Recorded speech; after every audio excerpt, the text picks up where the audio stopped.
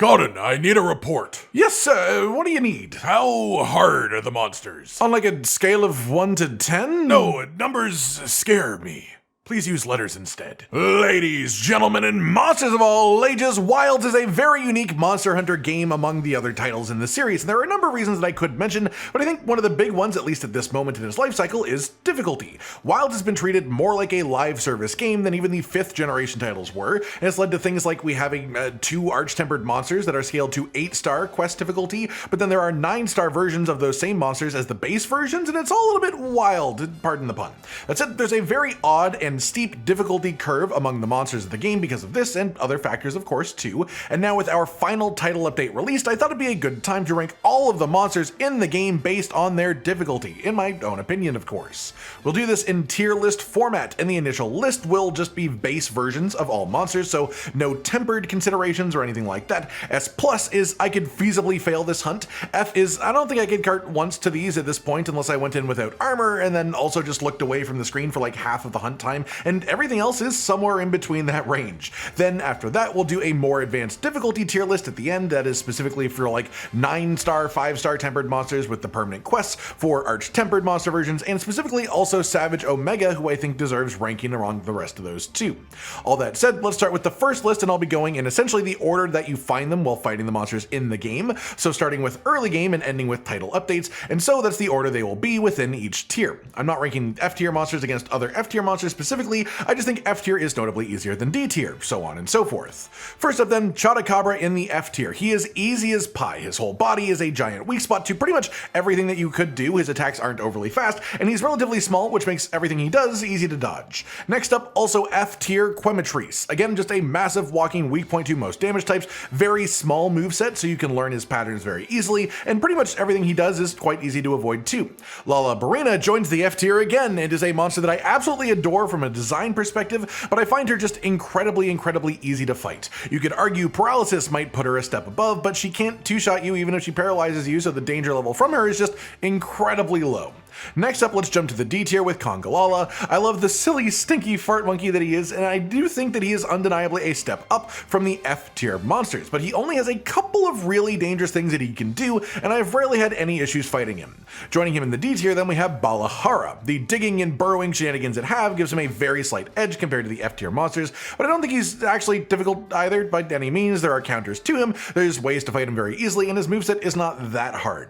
After that, we pop up to the B tier with the Shagama, and I'll also be putting Guardian Deshagama right beside him here. These are monsters that could feasibly kill you if you had a bad chain of events and some misplays, but I don't think you're going to fail the quests in modern gear unless you're like woefully unprepared. They hit harder than everything that we have talked about so far, but they also move slower than a lot of them, which makes them easier to avoid for the most part. After that, the next monster that you fight in the story is Duna, who I have in the B tier. I think, spoiler, she's the easiest of the Apex monsters by a decent margin. She's the same archetype as Deshagama, being a big, hefty, damaging, dealing attacks, but very slow movement on the actual attacks themselves, and she has lots of openings for you to punish her as a result. She can absolutely cart you, but shouldn't do so too often if you're playing well. Then let's finish off the F tier with Rompopolo. He has a bit more chaos to him than the other F tier monsters, but he's another monster where most of his body is weak points, which is common for early game creatures, and as soon as you recognize his oil shenanigans and work out how to deal with them, I find him just as easy as the rest of the monsters in this tier. Next up, we've got Ray Dow, the second of the Apex monsters, and he's the first monster up in the A tier. He is a notable jump up from something like Duna, in my opinion, but still not something that you're likely to fail a quest against if you are adequately prepared and if you actually know his patterns, like even remotely. After him, we visit the Iceshard Cliffs and bump into Nursilla, who I have in the C tier. Her sleep and web shenanigans can definitely pull a card out from under you if it happens at the wrong time, but even that is pretty rare, and there's not much outside of that that makes her a real threat in my eyes. Then we bump into Hirabami, the lovely kite monster that I have in the D tier. It is a super simple fight. The only 2 reasons that it isn't in F tier is because they can freeze you to the ground, which prevents a very small amount of extra danger, and also the fact that you're going to be fighting 3 of them pretty much any time that you're fighting one of them. Nothing else is really concerning about them. Then we move on to Ajarikon, the holy monkey himself, and I have him on B tier. I think his raw moveset does actually have some oomph to it, some actual threatening attacks, and the only real reason that he isn't higher on the list is because of his actual damage output being relatively limited. He's a monster monster where if they scaled his damage up enough, I think he could be a real genuine threat, and we're only judging base monsters here, so I can't be counting his higher difficulty versions, but I do feel the need to point out that he does have some tricky bits and challenging attacks in his moveset, and that's why he's in the B tier, even if his damage isn't that high relative to that. Next up is new Udra, our third Apex monster, and another entry for the A tier on this list. Clearly defined difficulty jump from what we have in the B tier so far, no doubt about it. There are a ton of weak points, so it is easy to do damage to new Udra, but it can attack you with pretty much any part of its body with very little warning. It has lots of area of effect based attacks, and it's surprisingly quick for its size as well. Then we already talked about Guardian to Shogama, so we have Guardian Rathalos to follow that, and I'll put Rathalos as well in the same place, but I guess I don't really view them as being different as far as their difficulty level, and that's on the B tier. Wilds, Rathalos, and Guardian Rathalos are not beginner fights by any means, but I think they are firmly a step below most of the Apex monsters from Wilds in difficulty, and they can be really abused with Flash Pod to knock them out of flying as well. Not that that is unique to Rathalos, but I'd argue their grounded moveset is just not a threat at all compared to some other flying monsters on the ground. Then we have the last Apex, Jin Dahaad, joining up in the A tier. His super attack can only really kill you if you mismanage the rocks because it has like a 15-second telegraph before it goes off, and generally speaking he is quite a slow monster, but he can apply Frostbite to you so he can stick you to the ground, and unlike Hirabami, which we talked about earlier, he is capable of converting Frostbite into a proper cart if it happens to you at the wrong time. On top of that, he's got big sweeping AoE attacks and lots of damage. He is a bit slow, and that's the only real thing keeping him from being higher up than this for the base monster list, and I think as far as base monsters go, he is pretty high up there for Wilds. After him, we've got Guardian Ebony Odogaron, who I've got in the C tier, and that might be more of a me thing personally. I know he's a harder monster for like slow weapons with long combos to access their damage, but as someone who plays a load of hammer, and most of my Odogaron hunts have been with either hammer or sword and shield, I just find him an enjoyable fight, a satisfying fight, but honestly less challenging than I found Odogaron in 5th generation. And I think that's partially due to things like focus mode, making it easier to keep up with his speed, as you can re-angle your attacks mid-swing as he's moving around. After him we have Zhu Wu, an absolutely incredible monster. I love him to bits, but as far as difficulty I have him in the B tier. I think his moveset is one that can absolutely cause you trouble, and you can cart to him if you are not careful, but it's hard to fail a full quest without a lot of errors against him. He has the same sort of thing going as I said for a Jarrakan, but to an even greater degree I feel, where a lot of his moveset can catch you out and you can get hit by attacks even if you are trying to play carefully, but the raw damage output that he has is low enough that it keeps him from being properly threatening at this point. And I think there's absolutely room for a 9-star version of Zhu Wu at some point, or maybe just an enhanced subspecies or variant in the expansion to Wilds that gets to have the proper challenging fight that I think Zhu Wu actually deserves to have. Next up would be Guardian Arkveld, but seeing as that only exists in low rank, I'm not going to rank that, and instead we'll just jump to Zoshia. And this is the point in the story that you fight the low rank version, but of course I'm going to be ranking the high rank version, and it's in the S tier. Not quite S plus in my mind, which will make more sense when you see what is up there as we keep going, but Zoshia is one of the most difficult base monster fights in this game. All of the waves of exploding crystals, the massive AoE attacks, the crystallizing body parts mechanics, there's quite a bit going on here, and the damage is pretty reasonable too. After that, we're going to drop back a little bit because we have the early and mid high rank monsters. Yonkut Ku I have in the D tier. He's got slightly more difficulty than the F tier monsters because he has a lot more chaos to his moveset. He's faster, he's quicker, he's a little bit harder to predict in some cases, and lesser telegraphs before his actual attacks. More sudden motions, more damage, but not quite as dangerous as the C tier monsters in my opinion either. Following him, I've got his cousin Gypsaros, who I do have up in the C tier. Simple explanation is I think that poison and flash bangs are a touch more challenging than just the fire blight that Yonkut Ku has, but outside of those comparisons, the rest of their moveset is quite similar.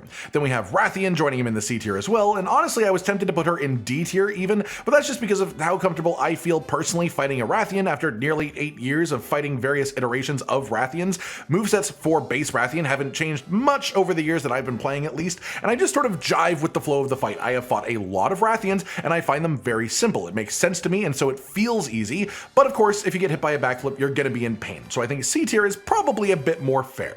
Then we have Guardian Fulgur Anjanath, who I put in the B tier. He is fast, he has some good area of effect attacks, he's got Thunderblight, so he can cause stuns easier on you if you aren't managing it properly, and like a few other monsters on this tier, the only real thing that's holding him back from moving up is raw damage his attacks deal, just not being quite high enough. Moving on, there's Gravios, who I think is underestimated for a few reasons, one of them being that he is just unbelievably weak to elemental bowguns, and so element bowguns have been making him look like a joke for the whole length of the game's existence, but if we ignore that specific interaction, he's actually quite hard to deal proper damage to before you break open his belly part. He has massive AoE on a number of his attacks, which makes him harder to avoid. He actually does pretty decent damage as well for a base version of a monster, with the only thing that's actually holding him back being speed. He is slow, and a lot of that is made up for by the sheer size of his attacks, and you can be punished quite hard if you try to get greedy against him, but if you play carefully, you can avoid most of what he does not too difficultly, so right in the middle of the list feels about right to me.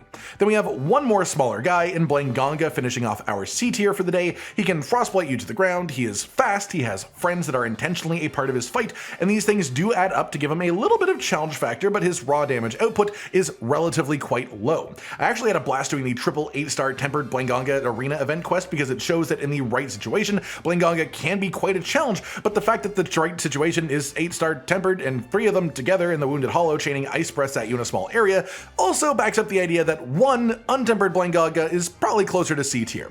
After him, let's talk about Gore Magala, who I have in the S tier. He was the hardest fight in the base game before title updates in my opinion. Tempered makes him even more nasty, but we aren't talking about tempered Gore Magala right now, we're talking about base Magala. His moveset has a lot of AoE, he is surprisingly quick for his size, his mechanics want you to damage his feelers when he's enraged, which is a really small zone to aim for too, which adds to the difficulty factor, and his actual damaging amounts that he does to you are nothing to scoff at either. On top of that, if you get Frenzy debuff and don't clear it in time, you will get the negative Frenzy debuff, which increases your damage taken, and of course that makes everything much worse. But I still think that there are monsters more challenging than him in their base versions, which is why he's in the S tier. Then we have Arkveld, regular Arkveld, and he's also in the S tier. His moveset is much more physical than Gore Magala, so weapons with things like offsets have a bit of an easier time with him than they do with Gore, but he's a bit more agile. He can cover more ground with things like his chain blade attacks, and he has more attacks that scare me than Gore Magala does, even if the amount that those attacks scare me is a little bit less. Overall, I think they're quite close in difficulty in their base versions, and both belong in this tier.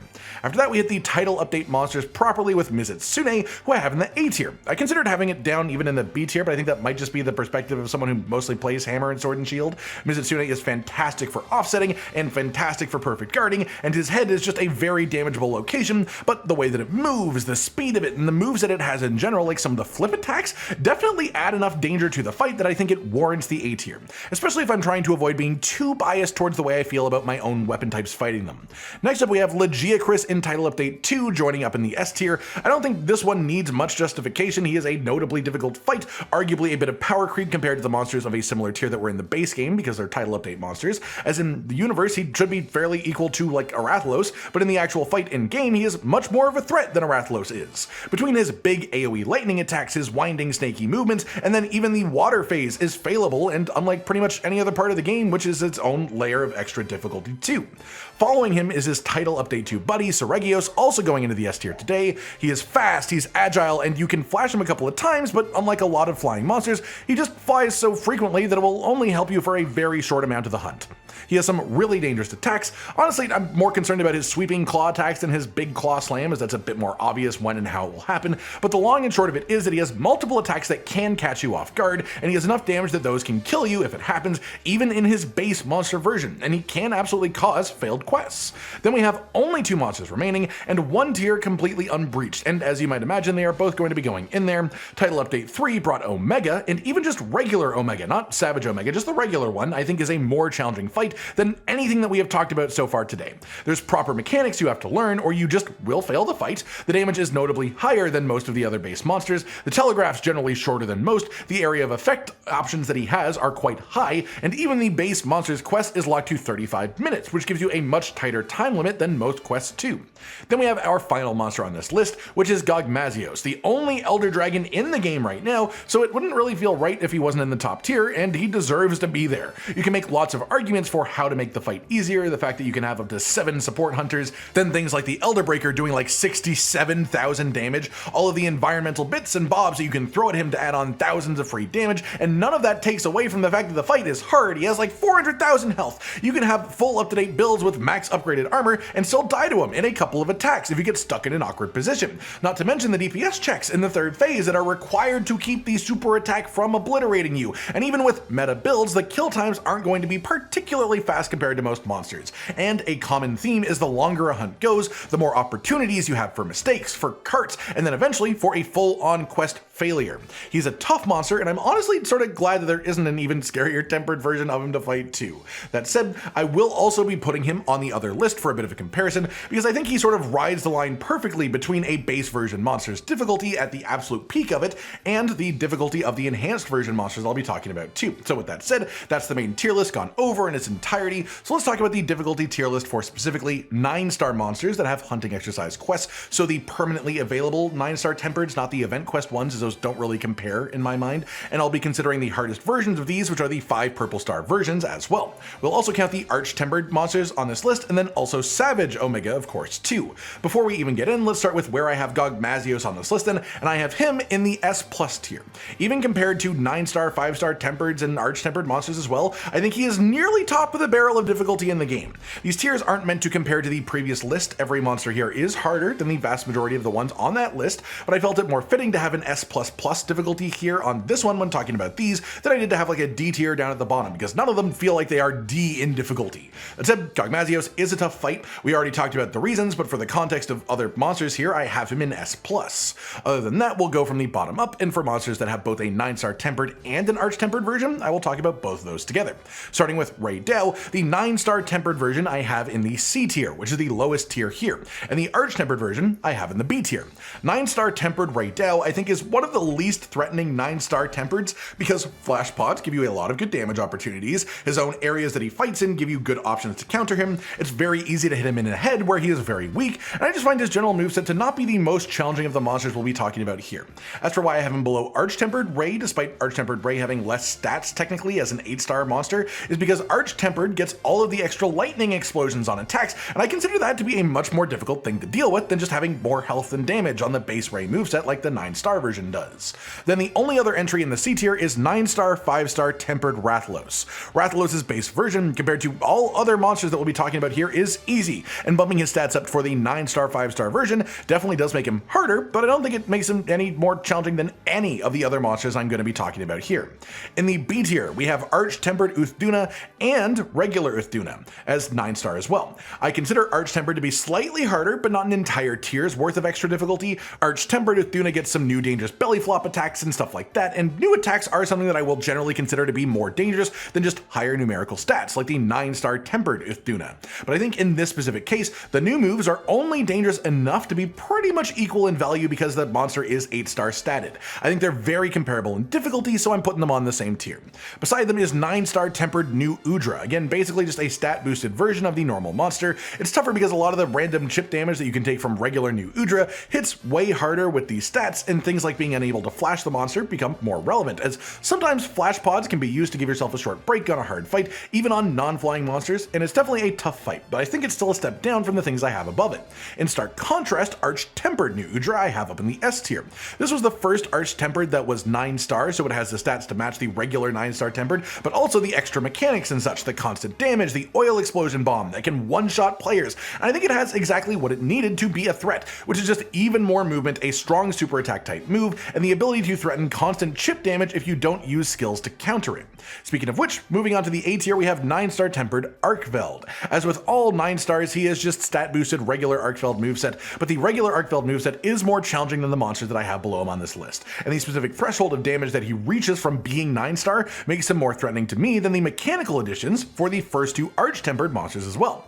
After that is 9-star tempered Jin Dahaad in the A tier as well. He has the ability to one-shot, he has big AoE, and he is generally harder to kill quickly than the others, so more opportunities for mistakes, and he's genuinely just a tough fight that I think people often underestimate, though maybe less so after his more recent arch-tempered edition, on which note, arch-tempered Jin Dahaad is in the S+ tier. He gets a lot of new combos, some quite dangerous new moves. He does things like leave patches of frostbite afflicting storms on the ground that you can't break out of with cleansers because they will just repeatedly apply frostbite to you anyways. You genuinely need bind resistant to get out of that specific attack, and that combined with just the regular Jin Dahaad moveset being boosted to a 9-star quest stats means that he is really a very tough monster, and I think saying that he is on par with Gogmazios is pretty accurate in my mind, though with that note, Gogmazios is arguably more abusable if you know what to abuse, whereas arch-tempered Jin Dahaad is just a tough fight full stop. Finishing up the A tier then, we have 9-star Tempered Mizutsune. The flip attacks can just straight up one-shot you, and often will. The Soul Seer mode activates super early in the fight, and the extra length of the fight makes it easier to make mistakes and die as a result. Base version Mizutsune's foil, when it comes to its difficulty, is just having low damage. Lots of fast attacks, big areas covered in short animations. Bubble-like can be finicky to deal with, but the damage is what makes it manageable. 9-star Mizutsune makes the damage much less manageable, and I think that this is a solid placement as a result. Moving up to the S tier now and finishing it off, as there's only one other monster on it, 9-star Tempered Legiacris. For the same reasons that I thought regular Legiacris was one of the 7 hardest base version monsters, I think that stat boosting him makes him even more dangerous. Sort of like Mizutsune, he has a lot of speed and a lot of area he can cover, so boosting his damage just makes him far more threatening. Up in the S+ tier, we've got 9-star Tempered Seregios, and I think this shouldn't be surprising based on where I had his base version. Seregios is a monster that beats you down with relentless persistence. He is all about speed, he never stops, and so the 9-star version giving extra damage on top of that speed, and a hell of a lot of extra damage at that, he's one that can rip carts out from under you in the blink of an eye before you even register what attack he has chosen to do. Then the last S+ monster is 9-star Tempered Gore Magala. I talked about why I thought regular Gore was hard earlier, and 9-star Tempered just ups the damage a bunch, making even the tiniest little frenzy explosions take a large amount of your health bar away. Even aside from that, he also has like 10% more health than even 9-star Tempered Dahaad, who is the next tankiest 9-star, so he is the tankiest of the 9-star Tempereds, along with dealing lots and lots of damage, and so this is just another fight where the amount of opportunities for you to die is a big part of why I think it's so hard. After that, the S++ tier has only one monster. You know what it's going to be, Savage Omega. I think once you have done it enough times, and if you run it with support hunters, you could argue it down to being like S+ tier here, but solo Savage Omega, or Savage Omega in a group with other players, is, in my opinion, the most difficult monster in the game by enough of a margin to get its own tier. I know some people might think that that is like an exaggeration, but the speed that he can move, the fact that he can attack multiple hunters with targeted attacks at the same time, not even just wide-spanning AoEs, but like literal targeted homing attacks that hit multiple people collectively, his damage and his actual mechanics that you have to deal with, the DPS check in the third phase, there's just so much put into making this purposefully difficult. It was created with the intention of being quite hard, and I think they nailed it. I think it's the most difficult fight in the game, not to mention, again, like regular Omega, only a 35-minute quest timer, so you are incentivized to play riskier to hit that timer, which is a big cause of extra carts in the quest too. That does it for today then, everyone. My full difficulty-based tier list of monsters of the base versions of every monster in Monster Hunter Wilds, and also one for the hardest versions of the hardest monsters too, just to compare those, as there is a bit of a difference compared to how I view the base versions of the monsters. And Wilds specifically has such a massive difficulty difference between like the hardest fights of the game and the easiest ones, that it felt weird not considering those separately. I hope you've all enjoyed this then, and let me know any changes that you would make to your own based on your own opinions and experiences. Like if you liked the video, subscribe with the notification bell for more, and most importantly, ladies and gentlemen, until next time, stay sweet. Josh, Cotton, and Hollow with the videos, dropping the humor like a hammer on your tippy toes, bringing entertainment on a daily arrangement to take our insanity and turn it into entertainment. Yes, I said entertainment twice, to reiterate that it is nice to look into your faces on a mostly daily basis when you let us in your homes to make the whole world a stage. Goodbye.